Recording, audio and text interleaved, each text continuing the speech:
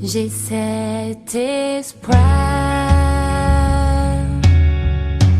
tel une encre pour mon âme, dans la tempête, je m'appuie sur toi, dans ton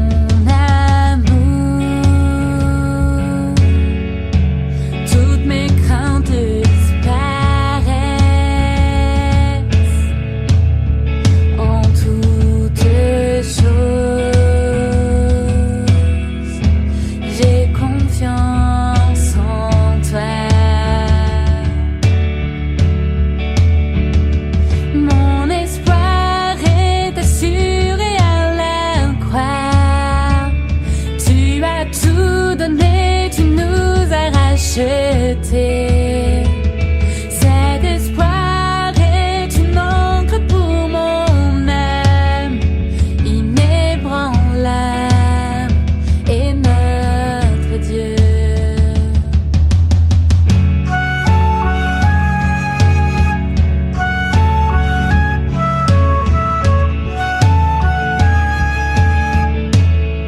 Dieu éternel,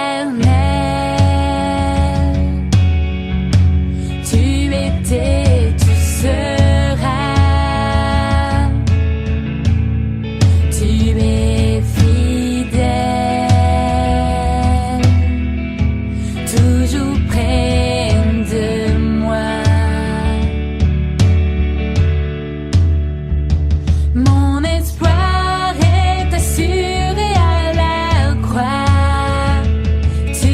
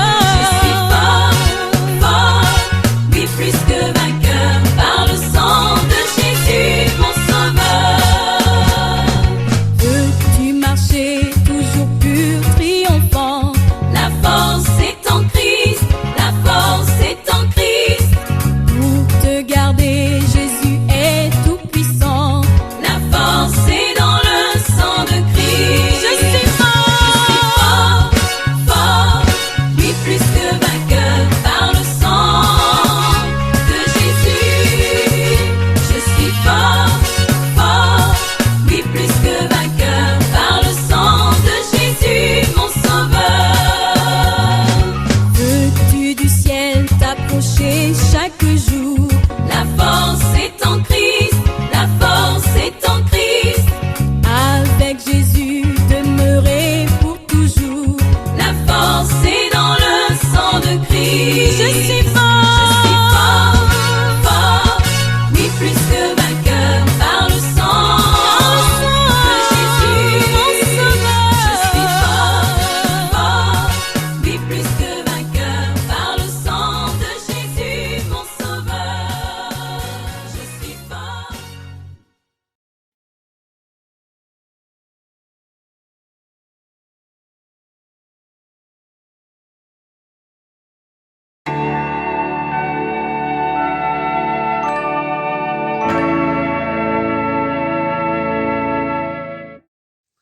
Bonsoir tout le monde, je suis heureux de vous retrouver pour cette nouvelle émission Étincelle. Alors ce soir nous allons aborder le sujet de la croix. Alors le sujet de la croix c'est un des thèmes centraux du Nouveau Testament. Voilà. Ce qui manque certainement dans nos milieux chrétiens, c'est de revenir à ce sujet. Alors beaucoup, certainement d'entre vous, connaissent le sujet de la croix, connaissent la prédication de la croix. Alors comme c'était annoncé, le grand défi ce soir pour moi, je suis dans l'espoir que suite à cette émission, je puisse vous avoir apporté quelque chose de plus, quelque chose de supplémentaire, un éclairage supplémentaire. Peut-être une étincelle de réveil qui ne demande qu'à exploser au fond de votre cœur. La croix est au cœur du Nouveau Testament, vous savez, parce que tout est basé sur ça. Je vais vous lire d'abord dans 1 Corinthiens chapitre 2 au verset 1. 1 Corinthiens chapitre 2 verset 1. Donc c'est l'apôtre Paul qui parle. Pour moi, frères, lorsque je suis allé chez vous, ce n'est pas avec une supériorité de langage ou de sagesse. Je suis allé vous annoncer le témoignage de Dieu, car je n'ai pas eu la pensée de savoir parmi vous autre chose que Jésus-Christ, et Jésus-Christ crucifié. Moi-même, j'étais auprès de vous dans un état de faiblesse, de crainte et de grand tremblement. Et ma parole et ma prédication ne reposaient pas sur les discours persuasifs de la sagesse. C'est ça, je vais appuyer sur ça ce soir, lorsque l'apôtre Paul dit « Ma parole ne reposait pas sur des discours persuasifs sur la sagesse ». On va le développer un petit peu, mais sur une démonstration d'esprit de puissance afin que votre foi soit fondée, non sur la sagesse des hommes, mais sur la puissance de Dieu. Lorsque la Bible nous parle que la prédication, l'apôtre Paul le dira plus loin, que la prédication de la croix est une folie pour les gens d'aujourd'hui, est une folie pour les gens de son époque, est une folie pour les gens qui ont vécu des centaines d'années avant nous, pour les gens du Moyen-Âge, est une folie pour les gens du XVIIe, du XVIIIe, du XXe et du XXIe siècle, est une folie. Et cela prend tout son sens aujourd'hui dans une société profondément matérialiste, et aussi dans notre contexte de crise sanitaire actuelle, c'est une folie de parler de la croix parce que c'est quelque chose finalement de totalement irrationnel, parce que le pouvoir de la croix nous donne accès à Dieu. Le pouvoir de la croix nous ouvre les portes du cœur, de l'intimité de Dieu. C'est une folie. Dans cette folie, c'est que le pouvoir de la croix, eh bien, permet à quiconque, quel que soit à toi, quel que soit ton parcours, quel que soit ton passé, quel que soit le style, la forme de tes pensées, quels que soient les choix de vie que tu as fait, la folie de la prédication, elle est pour toi.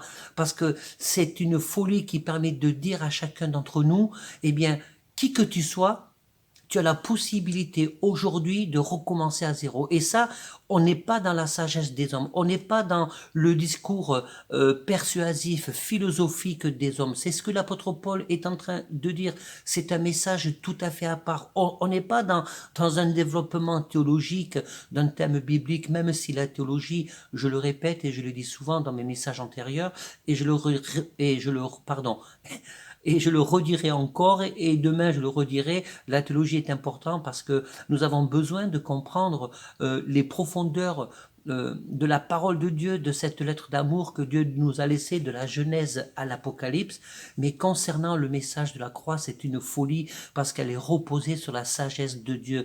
Le mot sagesse dans le terme grec, quand nous avons lu donc de 1 Corinthiens chapitre 2, lorsque l'apôtre Paul parle, et ma parole et ma prédication ne reposent pas sur les discours persuasifs de la sagesse, mais sur de démonstrations d'esprit et de puissance. Cette démonstration d'esprit et de puissance a pour objet et pour but que quiconque accepte ce message d'amour de la croix, Jésus crucifié et Jésus ressuscité, le fait d'accepter ça, le fait de se dire oui, c'est la vérité, oui, le Seigneur, il est le chemin, la vérité, la vie, et nul ne vient au Père que par lui, ce message-là impacte définitivement et durablement la vie de quiconque, et je dis bien de quiconque, quel que soit le passé de la personne, quel que soit ton passé, impacte durablement ta vie et opère automatiquement un changement profond de ta vie. Ça, c'est la sagesse de Dieu. Et dans le terme grec, la sagesse de Dieu, c'est le terme sophéa. Et sophéa, ce qui est intéressant, voyez-vous, c'est que il y a deux significations de sophéa. Il y a la signification divine, qui en fait nous parle de cette suprême intelligence qui nous vient de Dieu, donc cette sagesse qui nous vient de Dieu, c'est le même mot sophéa, donc c'est cette suprême intelligence de Dieu, dans cette suprême intelligence de Dieu, dans cette sagesse de Dieu. La sagesse de Dieu est une folie pour les hommes. La sagesse de la prédication de la croix est une folie pour les hommes parce que cela va à l'encontre de toute rationalité, cela va à l'encontre de toute logique humaine. Et cette sagesse, cette folie de Dieu, cette sagesse, Jésus l'a exprimé à la croix lorsqu'il était face aux brigands. Aujourd'hui même tu seras avec moi dans le paradis. C'est une folie humainement, dans nos conceptions, dans nos critères d'évaluation, dans nos jugements de valeur. C'est une folie de se rendre compte qu'un gars, un homme, il a été condamné à mort parce que c'était un criminel, et Jésus lui dit, si tu crois là, aujourd'hui même tu seras avec moi dans le paradis. C'est de cette sagesse de Dieu dont il s'agit, le message de la croix, qui est une folie pour les hommes. Et lorsque la Bible parle aussi de la sagesse des hommes, eh bien c'est le même mot qui est employé, c'est le mot sophéa. Et donc la sagesse de l'homme consiste à démontrer par des discours justement persuasifs. La sagesse de l'homme consiste à élaborer une certaine philosophie de vie. La sagesse de l'homme consiste à avoir des critères dans la vie, des valeurs dans la vie qui sont évaluées par l'observation, par la science, par la pratique de la connaissance, et tout ça peut amener une certaine philosophie de vie. Et voyez-vous, la sagesse de l'homme, dans bien des cas, ne s'oppose pas à celle de Dieu, parce qu'elle est complémentaire. Dieu nous a donné un cerveau, Dieu nous a donné cette capacité de comprendre, cette capacité d'observer, cette capacité de tirer les leçons du passé pour que nous puissions, eh bien, élaborer un chemin, que nous puissions aussi élaborer un plan de sortie de crise. Et souvent Dieu se sert aussi de la sagesse de l'homme, Dieu influence la sagesse de l'homme, Dieu complète la sagesse de l'homme aussi pour nous faire comprendre le plan qu'il a pour chacun d'entre nous. Mais en l'espèce, en ce qui concerne la sagesse de Dieu, dans le message de la croix, là, tout d'un coup, on s'aperçoit que la sagesse de l'homme n'a pas sa place, finalement. Voilà, parce que à cause de cette folie, parce que le message de la croix va à l'encontre de la réflexion, va à l'encontre de la raison. La raison aussi est un des socles de la sagesse de l'homme. Le mot sophéa, c'est le même mot. Et ce qui est riche dans la parole de Dieu, lorsque un mot a une même signification et qui met en avant deux entités totalement opposées, différentes, donc la divinité de Dieu et l'humanité de l'homme, eh bien, ce mot trouve sa signification dans le texte, une signification différente en fonction du contexte. dans lequel le texte a été écrit. Et lorsqu'il s'agit de la croix, eh bien, le mot Sophia s'applique à la sagesse de Dieu, qui est une folie pour l'homme. Donc, ces deux significations ne s'opposent pas. Dans 1 Jean, dans 2 Jean, 1 Pierre, 2 Pierre, dans l'Apocalypse, eh bien, Jésus y est nommé plus de 20 fois sous l'appellation agneau immolé. Cet agneau qui a été sacrifié, qui a été immolé. Rappelez-vous d'Ésaïe 53, Ésaïe est l'un des prophètes de l'Ancien Testament, on l'appelle le prophète messianique parce qu'il nous parle de Jésus. Je vais vous lire dans 1 Jean, chapitre 4 au verset 10.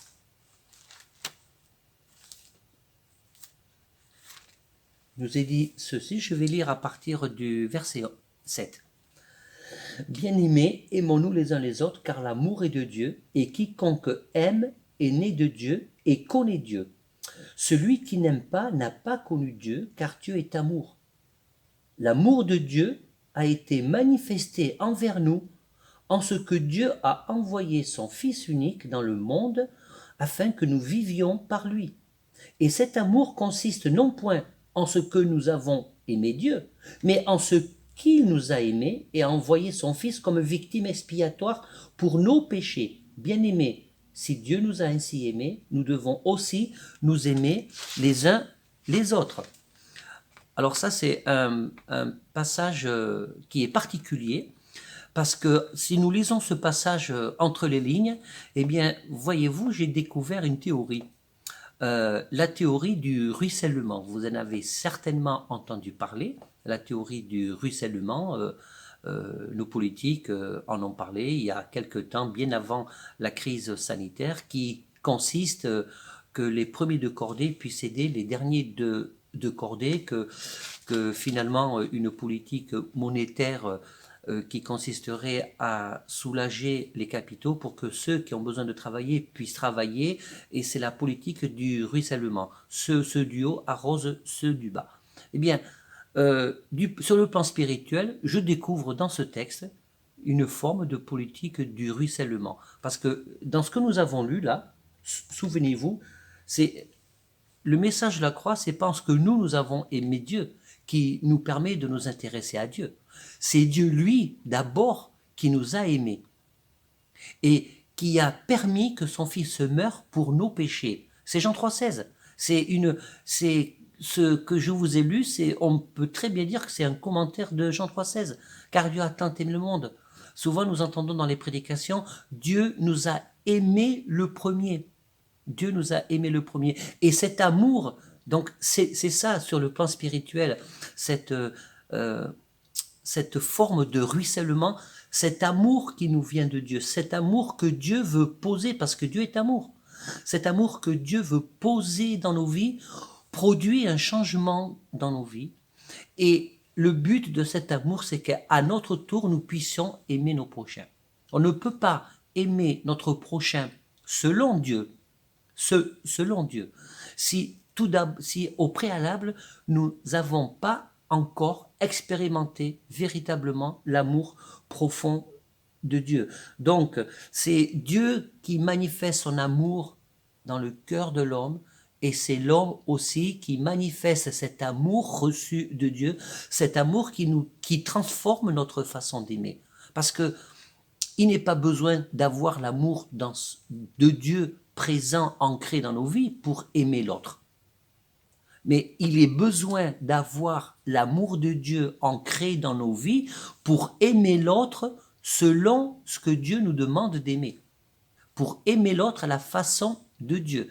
Et vous savez que l'amour de l'autre, un des aspects de l'amour de l'autre à la façon de Dieu, et ça, c'est les conséquences directes du message de la croix, c'est que cet amour se veut en réalité inconditionnel. Donc, nous voyons bien que le message de la croix, au-delà, il est immensément riche, il est infini, que le message de la croix, au-delà du fait qu'il nous ouvre les portes du ciel, qui nous ouvre les portes de l'éternité, qui nous permet de vivre avec Dieu sans séparation, dans l'intimité éternelle, eh bien, ce message d'amour de la croix nous permet aussi de notre vivant, pendant notre passage sur terre, dans notre comportement, dans notre façon de parler, dans notre façon de regarder les autres, nous permet d'aimer notre prochain selon ce que Dieu veut, parce que notre prochain, tout comme toi, tout comme moi, tout comme nous tous ensemble, nous sommes à l'image de Dieu. Nous sommes tous les co-héritiers de Christ pour ceux qui ont accepté le principe du message de la croix, le principe de Jésus qui a été immolé pour chacun d'entre nous. Et voyez-vous, il y a tellement d'effets, tellement de conséquences au message puissant de la croix. Et là, je vous ai dépeint ce soir une des conséquences du message de la croix. C'est de pouvoir aimer son prochain comme soi-même. Mais pour pouvoir aimer son prochain, nous devons d'abord chacun, pour notre part, expérimenter l'amour de Dieu. Est-ce que dans ta vie, tu expérimentes l'amour de Dieu? Combien de fois tu as dit, tiens, cette semaine, j'ai pu expérimenter l'amour de Dieu? Si tu expérimentes régulièrement l'amour de Dieu, c'est que quotidiennement tu es au bénéfice du message puissant de la croix, de ce message de folie. Comment est-ce qu'on peut aimer quelqu'un qui nous veut du mal? C'est un vrai défi. Comment est-ce qu'on peut aimer quelqu'un qui nous a critiqués? C'est un vrai défi. Dans mon ministère, j'ai été tellement critiqué, sali parfois, injustement, jugé injustement. On m'a prêté des mauvaises intentions, par des mauvaises interprétations. Alors sur le coup, ça fait mal. Sur le coup, le temps de se restaurer, on a besoin de couper un peu la relation. Mais après, quand l'amour de Dieu passe par là, lorsque le message de la croix est renouvelé dans mon cœur, eh bien, toute espèce de rancœur, toute espèce d'animosité s'en va. C'est fou, c'est la folie, parce que c'est pas humain. Je suis toujours un petit peu choqué lorsque parfois je vois sur les réseaux sociaux des chrétiens qui postent des messages. Vous devez connaître peut-être la solution est en vous. Vous savez que quand même c'est des messages, ça c'est la sagesse humaine, hein. C'est des messages dont l'auteur a des connexions quand même particulières avec le monde des ténèbres. Il a fait des stages avec des chamans, il est adhérent au chamanisme. Et donc nous devons faire attention à ce que nous publions, à ce que nous faisons lire aux autres. Oui, la solution est en nous. Mais avec de tels messages en disant oui, la solution est en moi, j'oublie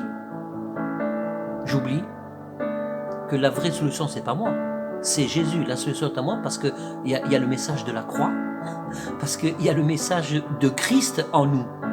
La solution est en moi parce que je suis le temple du Saint-Esprit.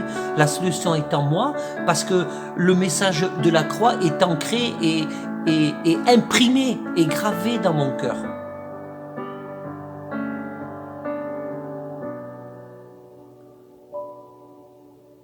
Le pouvoir de la croix, cette folie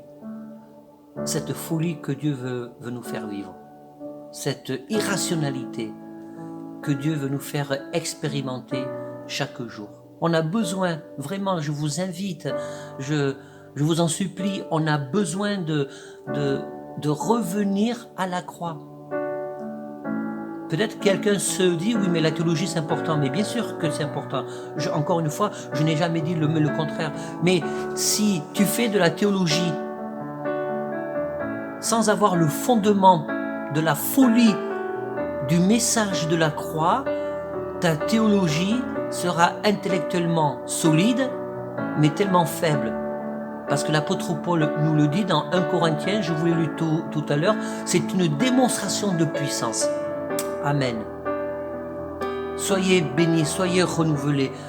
Mercredi prochain, je vais vous parler j'ai perdu mes notes. Mercredi prochain, voilà, ça y est, ça m'est revenu. Heureusement que j'en ai un peu là-dedans. Mercredi prochain, je vais vous parler. je vais faire la suite, hein, parce qu'on ne peut pas tout faire, donc je vais faire la suite. Je vais vous parler du message de la croix sous un autre aspect.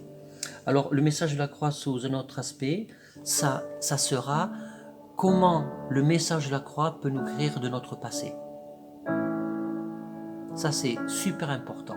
Parce que ce message de la croix, s'il est mal compris, nous ne pouvons pas bien comprendre lorsque Jésus dit « Voici toutes choses anciennes sont passées, et voici maintenant toutes choses sont devenues nouvelles. » Et quand ce message de Jésus qui est promptement lié au message irrationnel de la croix, si c'est mal compris, ceux qui viennent à Christ, souvent, lorsqu'on vient à Christ avec nos boulets, eh bien souvent on les garde.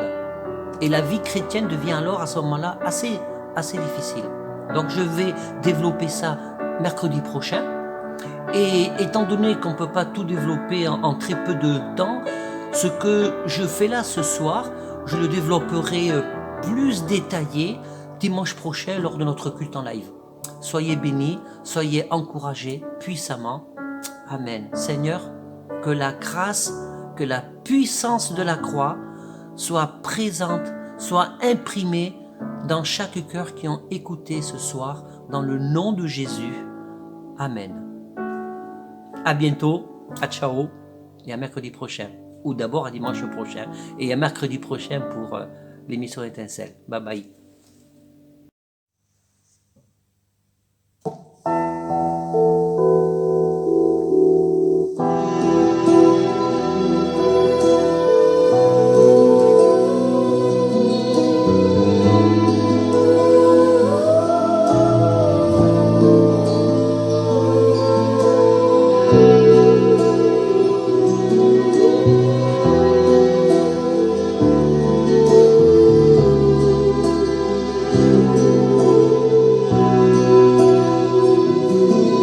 As-tu entendu parler du jardin de Gethsémane, où cet homme méprisé et bien seul et abandonné, ses amis sont endormis, il est tout seul dans la nuit, les soldats vont arriver, Judas viendra l'embrasser, cet ami le trahissant pour quelques pièces d'argent. C'est l'injustice et la haine, c'est comme une coupe pleine qui ne peut plus s'éloigner. Ces moments sont les derniers, reliés par tous les siens. Jésus n'a plus que ses mains, jointes dans une prière qui monte vers Dieu son Père, cette prière d'amour, d'obéissance toujours, de Gethsémane à Golgotha. Ce chemin conduit Jésus sur la croix de Gethsémane à Golgotha. Il donne sa vie pour nous, ses amis. Il s'échappe pas pour toi et moi. De Gethsémane à Golgotha. Il donne sa vie ce jour-là pour sauver l'humanité, pour effacer le péché des hommes qui l'ont rejeté, pourvu qu'ils veuillent l'aimer, eux qui l'ont abandonné. Et il ouvre ses deux mains pour nous montrer le chemin, celui de la liberté, celui de l'éternité. As-tu entendu parler du jardin de Gethsémane, où l'angoisse de la mort le saisit, le prend si fort que l'espace d'un instant coule de son front du sang. pourquoi l'ont-ils condamné? Cet innocent sur la croix va mourir ici pour toi. De Gethsémane à Golgotha, ce chemin conduit Jésus sur la croix. De Gethsémane à Golgotha, il donne sa vie pour nous, ses amis. Il fait chaque pas pour toi et moi. De Gethsémane à Golgotha.